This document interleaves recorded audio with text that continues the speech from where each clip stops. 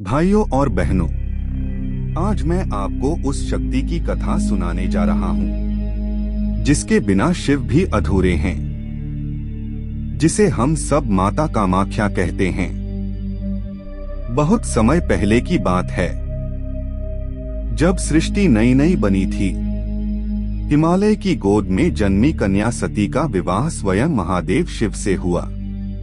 सती शिव को अपना सब कुछ मानकर आनंद से रहती थीं, पर उनके पिता दक्ष प्रजापति शिव के तपस्वी रूप को कभी स्वीकार न कर पाए। एक दिन दक्ष ने एक विशाल यज्ञ रचा। सभी देवताओं ऋषियों को आमंत्रण भेजा गया, लेकिन जानबूझकर शिव और सती को नहीं बुलाया गया।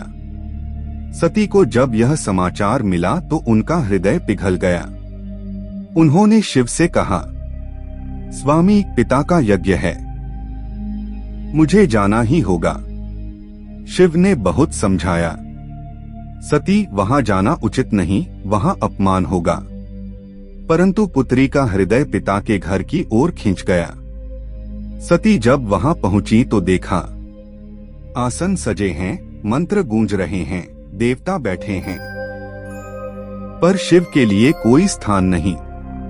पिता ने कठोर वाणी से सती का अपमान कर दिया।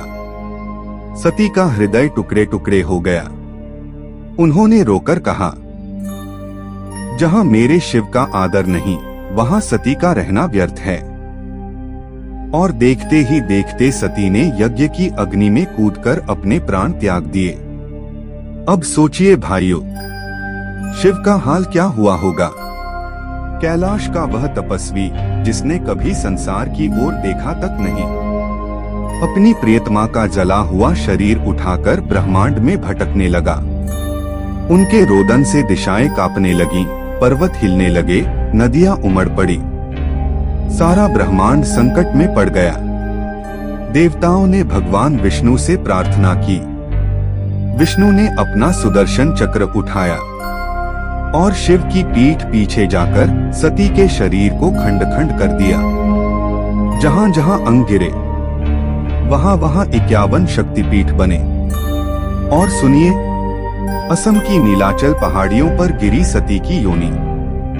यहीं स्थापित हुआ शक्तिपीठ कामाख्या।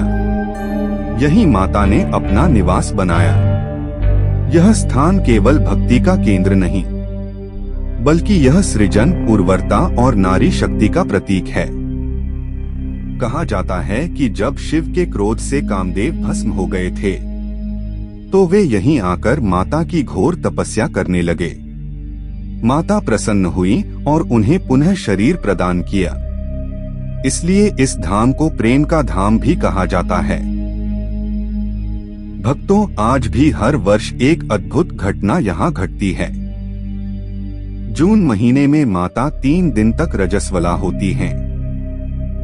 मंदिर के गर्भगृह का जल लाल हो जाता है। इन दिनों मंदिर बंद रहता है। भक्त दूर से ही प्रणाम करते हैं। चौथे दिन जब द्वार खुलते हैं, तो लाखों श्रद्धालु उमड़ पड़ते हैं। माता के दर्शन करके अपने जीवन को धन्य मानते हैं। इसे ही अंबुबाची मेला कहा जाता है। नीलाचल पहाड़ियों पर विराजमान माता कामाख्या का धाम आज भी यह संदेश देता है कि नारी ही सृष्टि की जननी है।